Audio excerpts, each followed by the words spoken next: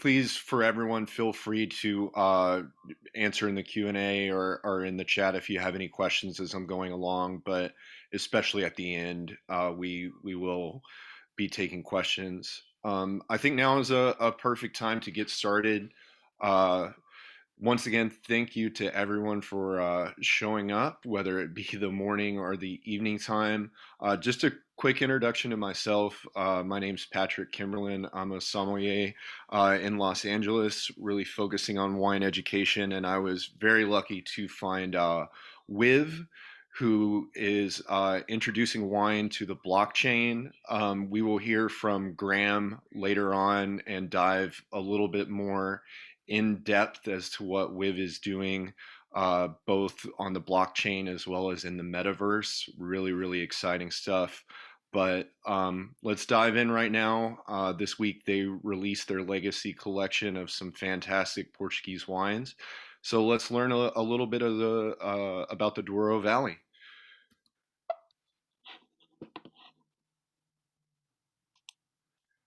So, some of the ancient history of Portugal and into the Middle Ages. Portuguese wine predates Phoenicians, Greeks, Celts, and Romans. The Romans first arrived about the second century BC and were there for about 500 years. After the fall of the Roman Empire, they expelled the Moors, claimed their independence in 1250.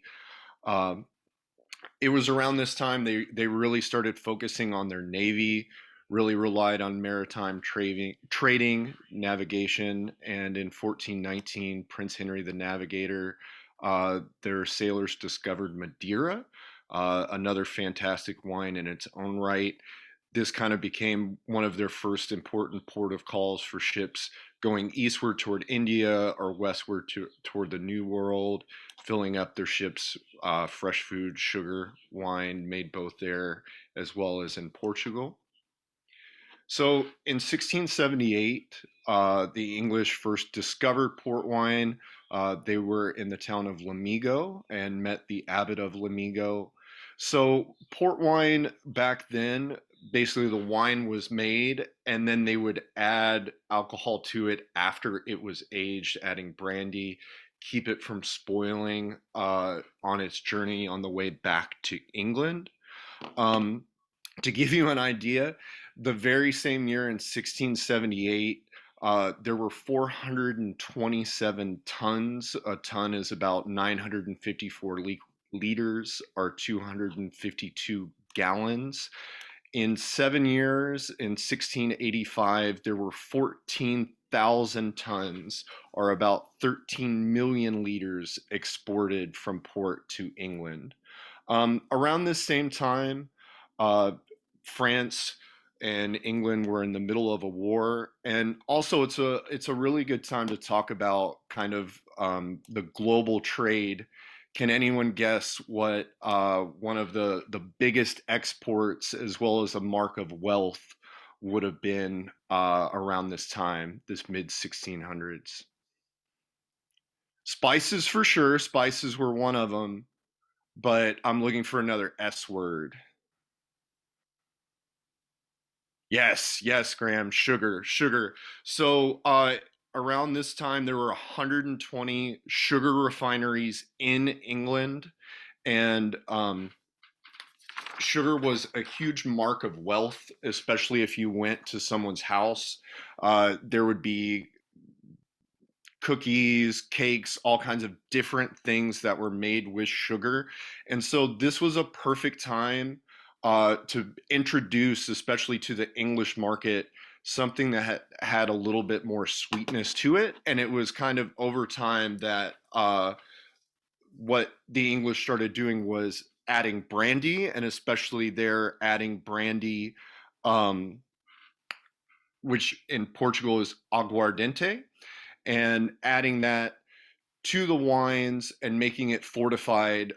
This did two things. This made the wine sweeter, but more importantly, it was able to be shipped because right around this time, the Treaty of Methuen in 1703 is established for preferential trade. But something that you've got to think about is, especially with all of the sailing going on, you weren't just sailing from England and going to port and then turning back around. You were stopping at multiple ports. One ship may leave London and not come back for 4 or 5 months. And so you needed something that was going to be able to hold up for those really, really long voyages.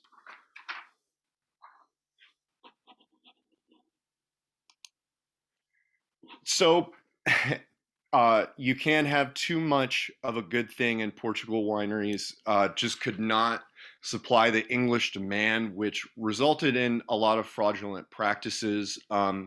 They would add even more sugar to the wine. Um, just a whole bunch of different things that they would do, and this has kind of happened throughout history. If you look at whiskey, this is the reason that the Bottled and Bond Act happened. In 1985 in Austria, there was a huge scandal. Diethylene glycol was added to wines, which is a chemical from antifreeze. If you're a Netflix fan, I highly recommend checking out Sour Grapes. That is about Rudy Kurniawan and some of the things that he did with counterfeit wines. But the Portuguese really took it upon themselves to say we need to do better, and we need to show that our product is the best, and get back to making the best wine. So they made the Companhia Geral dos Vinos do Alto, the Douro Wine Company. Um, they demarcated port in 1756 as being very, very special. And this is 99 years before the 1855 classification of Bordeaux. I just think that's super fascinating. They really kind of took an onus to say this is a very special place, and wanted to show that this was where they were. Um,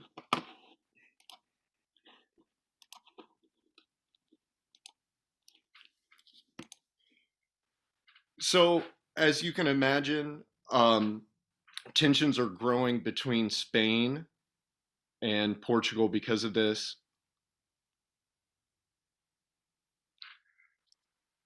Uh, Over the trade and everything going on, and it boils over to the Peninsula War. The Spanish invade Portugal, and believe it or not, William Warre back then, he someone that wars we'll talk about later, but William Warre actually fought in the Peninsula War. Um,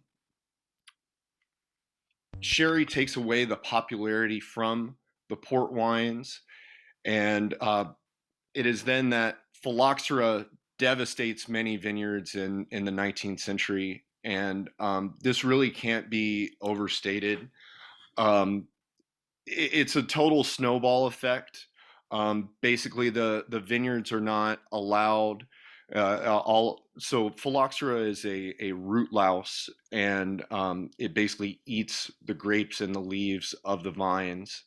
And so, not only do you not have the vines, you don't have the vineyard workers anymore. You don't have the winemakers. You don't have the people that are working in the lagares, and then of course you lose a whole lot of that trade. And so phylloxera just really devastated the economy for almost 50 years. But it is during this time that the cork industry really took hold. The country remains to this day one of the foremost suppliers of cork closures for the wine industry. Portugal has the largest cork oak forest in the world. It is known as Quercus sober, as the type of tree. It takes around 15 years for a cork oak tree to grow its first layer of cork, and it's harvested in cycles of 9 years. Only from the third harvesting on, about 27 years. The raw material itself is called Amadia cork. It now to every day it makes about 40 million corks, and Portugal is responsible for half of the world's corks. So, getting into the 20th century, there are two commercial brands of sweet semi-sparkling rosé that come about in the 1940s, Mateus and Lancers, and they kind of become the face of Portuguese wine worldwide. My mother is here in the chat, and she told me that her and my Aunt Beth, apparently in the 60s, used to really love some Mateus and Lancers. So apparently they were two of the people that were keeping that alive. Um, Moving on, so in 1974, uh, Portugal has kind of a left-leaning coup, and then it is admitted to the EU in 1986. So while the co-ops lost their power, many government grants and foreign investments start pouring into the country. Many of the smaller estates known as quintas have severed their ties with the co-ops. They start making their own wine. And finally, let's get into the Douro Valley and how we know it today. So the Douro Valley and the River Douro um, carved deep granite, and the Muero and Montemoro mountains are barriers from the humid winds of the Atlantic. Um, for my soil nerds, schist is in abundance, which that is the preferred soil type for port. Schist is an igneous rock. It's formed through cooling and then solidification of magma or lava. So if sedimentary rocks are buried and subjected for pressure and heat, they become metamorphic rocks, and then the minerals are reorganized with clay and become susceptible to change.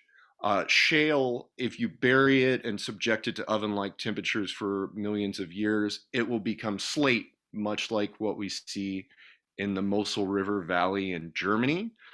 But if it keeps getting hotter and is subjected to a few more millions of years, it then will become schist. It just adds kind of a silkiness as well as a minerality to the wines. Um, the Douro Valley has a continental and maritime climate, severely hot summers, cold winters. The temperatures often dip below freezing, and you have really large diurnal shifts. The average temperature during the day is about 76 degrees Fahrenheit or 24 degrees Celsius. And then it can dip down below freezing. You get down to about 0 degrees Celsius, so almost 40 or 50 degrees of diurnal shift. It also becomes progressively drier toward the Spanish border. The Duero runs from the village of Barqueiros all the way down to the Spanish border. So if you look all the way here on your on the left toward the Atlantic, you've got Baizo Corgo. Uh, Baizo Corgo gets the most rainfall. It has the coolest temperatures. The grapes grown there used largely for Tawny as well as ruby ports. And then in the middle you have Chima Corgo east. The average temperature is a little bit higher. The rainfall is not as prevalent. The grapes grown there are considered better quality than those grown downstream. And then finally, you get to the Duero Superior, easternmost region, borders Spain. Um, it has the smallest volume of grape production. In part, this is because of the river rapids and really challenging geography. It is the warmest and driest of the three subregions, the most sparsely planted, but produces some of the best grapes. And then while we're looking, if you see this red area right along the Douro River, that is where uh, the prime growing area for port. And there we go. There we go. All right. Um, the prime growing area for port. And getting into the river influence, um, rivers and vineyards and around viticulture areas really add a magical touch.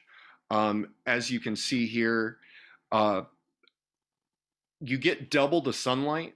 So the sun is shining upon those vineyards, but then it's going down the river, and so they're getting double the sunlight, double the chlorophyll.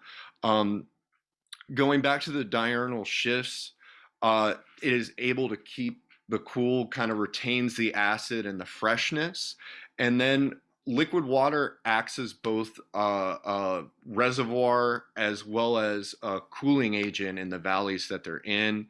And this is everywhere, the Mosel River Valley, the Rhone River Valley, especially the Douro River. Um, it just adds a little bit of magic, but also just makes the vines and everything there that much better. Uh, so to get into the EU designations, wine with no geographical indication is labeled as vino. And then you have the IGP that applies to wines from a specific region. It's named on the label, produced with at least 85% of the grapes from that region. And then you have the DOP, and that's the Denominatio Origine Protegida.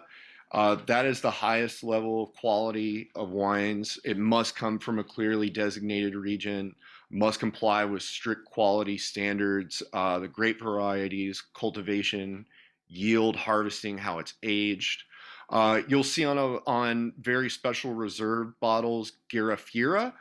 So Garrafa is the Portuguese word for bottle, but in this case, it is for wines with a especially high quality. They must be aged for a minimum of 30 months and then at least 12 months in the bottle. Then you've got the Branco and Rosado wines, must age for a minimum 12 months, at least 6 in the bottle. And then for traditional method sparkling wines, the reservas indicate a minimum period of months on the leads prior to the disgorgement. And then you have Colheita Seleccionada, that indicates a minimum 1% alcohol content then established by that regional application or appellation. So getting into the permitted red grapes of the Douro and the ones that are the most popular, one of Portugal's main grapes is Touriga Nacional. Uh, Dark, full-bodied wines. It is low yielding. It produces small berries. So when you get those small berries, really concentrated fruit, um, kind of get more black fruit and blueberry from that. And then next you've got Touriga Francesa or Touriga Franca. This is a little more lighter and refined. It adds perfume to the wine. Jancis Robinson compares this Touriga Franca to kind of how Cabernet Franc. So it is a blend of Marisca Tinto and Touriga Nacional, comparing Touriga Nacional to Cabernet Sauvignon. And then finally, you have Tinta Roriz or Aragonese, which is the Portuguese name for Tempranillo. Very, very famous in the Rioja region as well as Ribera do Duero. Then you've got the white grapes of the Douro. You've got Malvasia fina. That is not to be confused with Malvasia vital. That's Western Portugal. They're characterized really kind of a heavy body, round or fat, much like those kind of Rhone white wines that you would find, much softer texture in the mouth. Then you have Asgana cow, which is also known as Cercial, very famous in Madeira as well. This is a very high acid grape. They nickname it the dog choker. It is gives it a little bit more of nutty characteristics, and that's what, especially in Madeira, gives it a lot of time to age. Then you have Viocino, that's grown primarily in northern Portugal, really high acid, and Arento, the same thing, very high acid, mineral tinged wines. You get citrus notes, kind of lemon and lime. And moving on to what we came here to talk about, the styles of port wine. So starting out, you have ruby port. It one of the big things about port is, and the differences in them, it is the length that they are aged, how long they are in wood, and then the time that they are bottled.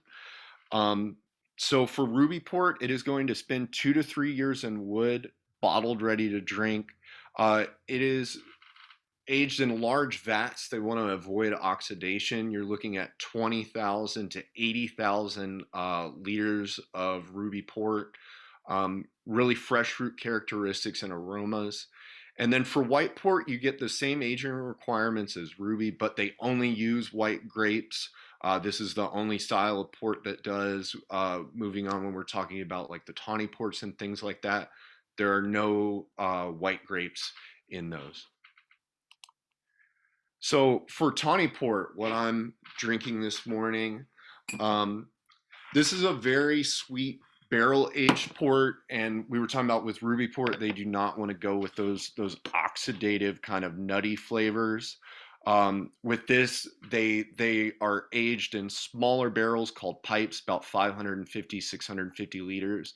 With this, they really want those nutty characteristics, caramel flavors.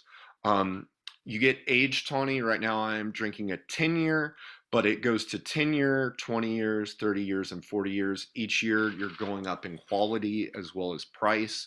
If an age is specified on the label, that represents the average age of the wine inside of that blend. Another awesome thing about this is you can open it and keep it for 5 to 6 weeks. Most wines, you open them, you've got about a 48-hour window. But with tawny ports and some of the other ones that we're talking about, you can open this and keep this for weeks. But with me and my roommates, I don't think that this is going to make it through the day. There is a vintage style of tawny port that is called Cojita. That must spend at least 7 years in wood, and it is also bottled ready to drink. And then finally, what our good friend Graham is drinking, a little late bottled vintage. So that name itself means that it is bottled later than vintage port. We'll talk about it in a moment. But vintage port is bottled, can only spend 2 years in wood, bottled ready to drink. Uh, with late bottled vintage, it is bottled after 4 to 6 years in the wood. You don't need to decant it, does not need to be cellar aged. This is another wine that you can keep open for weeks at a time. Finally, moving on, the end all be all, and we'll get into it later, but part of the With Legacy collection, we have vintage port. Vintage port spends 2 years in the wood, bottled, cellared, bottled to be cellared, can last over a century. Port wines originated as tawny. It was actually the English that created the vintage style. One of the big things about vintage ports, it is only declared for the best years from the best vineyards. The IVDP, Instituto Vinos Douro e Porto, is part of this. Basically, the producer decides to declare the vintage. They think it's a great year, produced in a given harvest, and it has the characteristics of a vintage port. It is produced, aged, and bottled according to both the IVDP as well as what the EU is doing, and goes by those regulations. And then the IVDP taste the wine. This is something that's really important. So kind of comparing it to vintage champagne, with vintage champagne, you, especially when you're talking about like Paul Roget's Sir Winston Churchill or Regnart's Dom Regnart, you don't want to have that many on the market, but those can be released if those wineries and those champagne houses choose to. But here with port, with the IVDP, you can submit a wine for a vintage and they can deny it. So they really put an onus on quality, and you really have to be sure that the wine that you have is a vintage port and goes by all of those requirements. Finally, if everything goes well, a vintage declaration is announced. While it is known for port style wines, there are some really awesome dry red wines coming from the Douro. Many quintas have started to produce table wines from the vineyards. They're really fantastic alternative to Spanish Ribera del Duero wines, as well as French Bordeaux wines. These are wines that are really kind of bigger, can aged and be cellared for 10 to 20 years. So, wanted to talk a little bit about some of the houses, and we'll see in a moment. This will be part of WIV's legacy collection. Warre's was one of the very first port houses to build a lodge in Villanova de Gaia in the 18th century. Those wines, they're the same place. Um, those wines are still there, age undisturbed, and wait for bottling. Mentioned earlier, but huge history with them. William Warre fought in the Peninsula War from 1807 to 1814. They just celebrated their 350th anniversary. Then you have Quinta Do Noval. They have been around. The name first appeared in a land register in 1715, and then they were very hard hit by phylloxera. Didn't know if they were going to survive, but then Antonio Jose de Silva came about and replanted some of the vineyards, and then really cool, really modern investment in the 1990s. Over 100 hectares or 247 acres were replanted. They really looked at each specific vineyard, how to use its pruning method, looking at the climate that was around it. And then the first vintage from those vineyards came out in 2004. Then you have Fonseca. They were founded in 1815, and their first vintage wine was in 1840. James Suckling, who was basically helped start Wine Spectator, was with them before they had about 800 subscribers, and helped move them to San Francisco. World renowned wine critic, says that of the vintage ports, Fonseca are perhaps the most consistently great of them all. Not only do they have a striking fleshiness, powerful richness uh, when they're young, but they retain that youthfulness for decades to come. And then you have Nearport. They were founded in 1842. They're really well known for their tawny ports, especially they make cojitas. And then while I mentioned that late bottle vintages are kind of ready to drink, they actually suggest aging them for several years. And lately, they have been making dry red wine that's really inspired by Burgundy.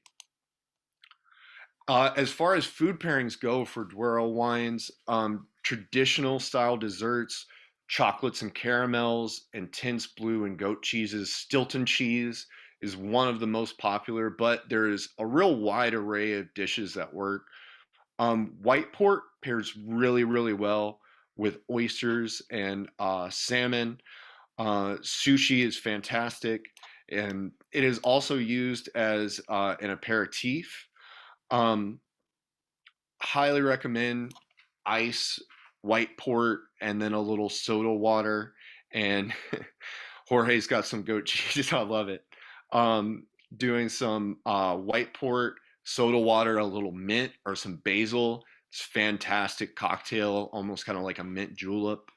And then for tawny port, those caramel oxidative flavors, Peking duck or a duck cassoulet, some barbecue spare ribs, foie gras is fantastic with that tawny port. Dry red wines pair very well with tomahawk steaks, some creamy mushrooms and asparagus. You can do some lamb. And then finally, they are great with cigars. So my cousin Ross is here in the chat.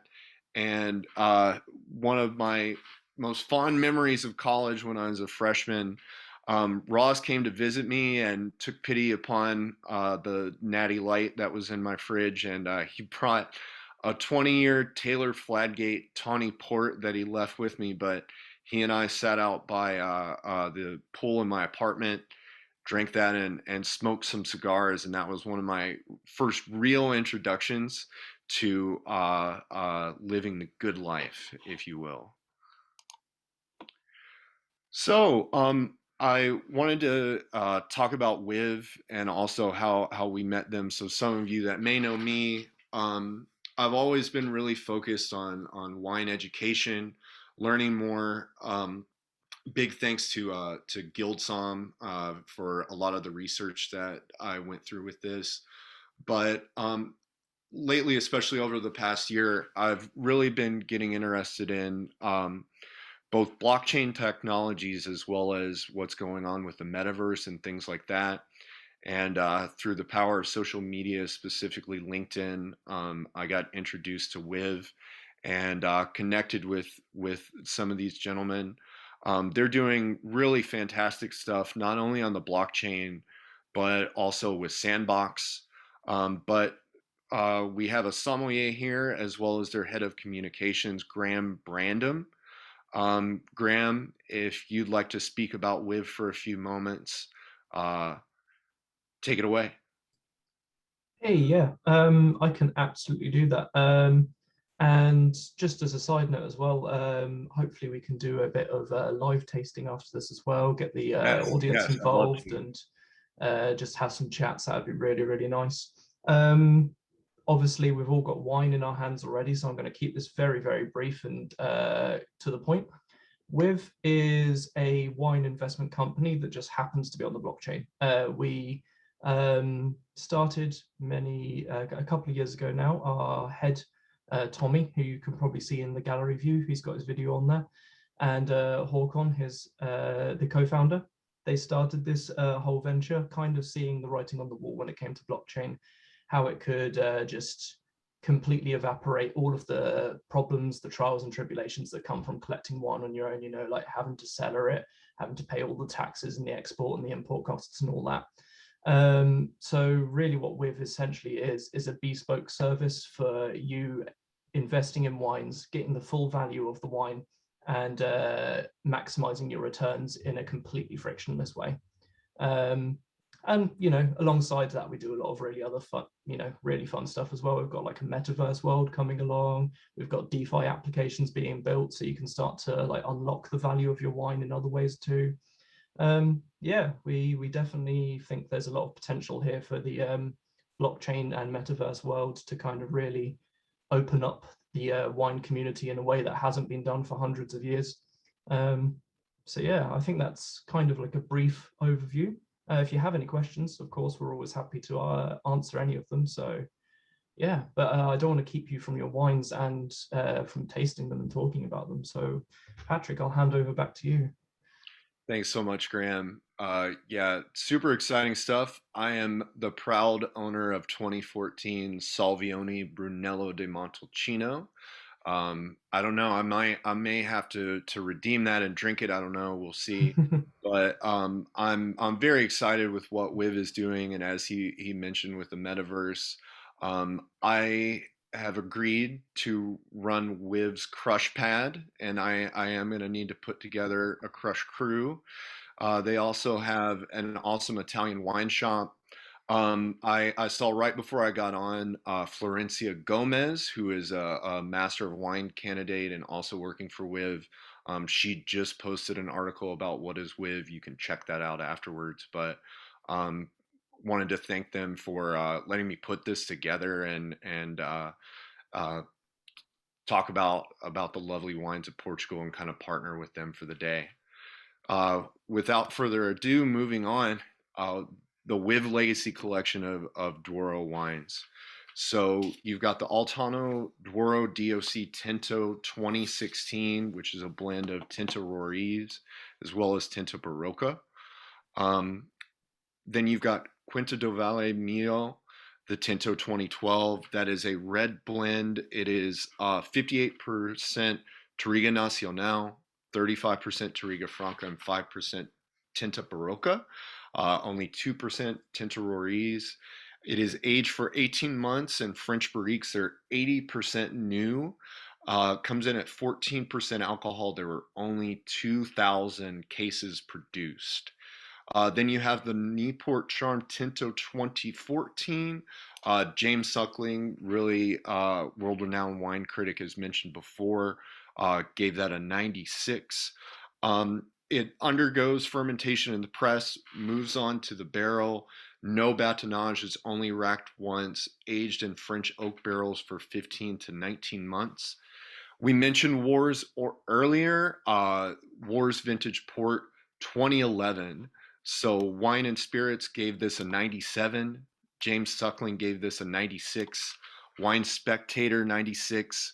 Uh, um, and then Robert Parker a 95, Wine Enthusiast a 96. Um, the general consensus is that the 2011 vintage, one of the best in the last 20 years, it is already being compared to 1945 as well as 1963, which were some really legendary vintages. And then you have Quinta Do Noval, the vintage port 2016. James Suckling gave that a 98, Wine Spectator a 98, Robert Parker 97, and then Decanter Magazine gave that a 97. This was the first declared vintage since 2011. And then you have, so sorry. And then you have the Quinta Do Noval, the vintage port 2017, Wine Spectator 98, Robert Parker 97, and then James Suckling in 97. So something really, really cool and historical about the 2016 and 2017 vintage. This was the first time since 1872 and 1873 that two vintage ports were declared consecutively. So really historical over 150 years. Um, the 2016s are defined by a really wonderful freshness, elegance, and balance. And then the 17s really concentrated, very intense, high structure wines. And then finally, you've got the Fonseca Vintage Port 2017. Robert Parker gave that a 98. Wine Enthusiast 98. Wine Spectator a 97. James Suckling a 95. And then Decanter Magazine a 95 as well.